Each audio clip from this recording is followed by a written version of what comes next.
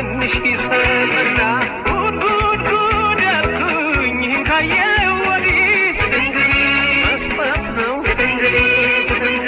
ስልቻ ቀልቀሎ ስልቻ ዝም ብለሽ ተቀባይ የሰጡሽን ብቻ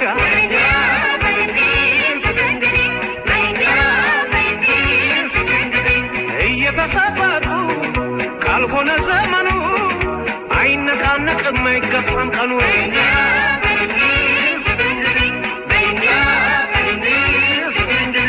ለሰጪ እግዚአብሔር ይስጥ ባለው ላይ ጨምሮ ተቀባይ ሁሉ ሰጪ ነው ዘንድሮ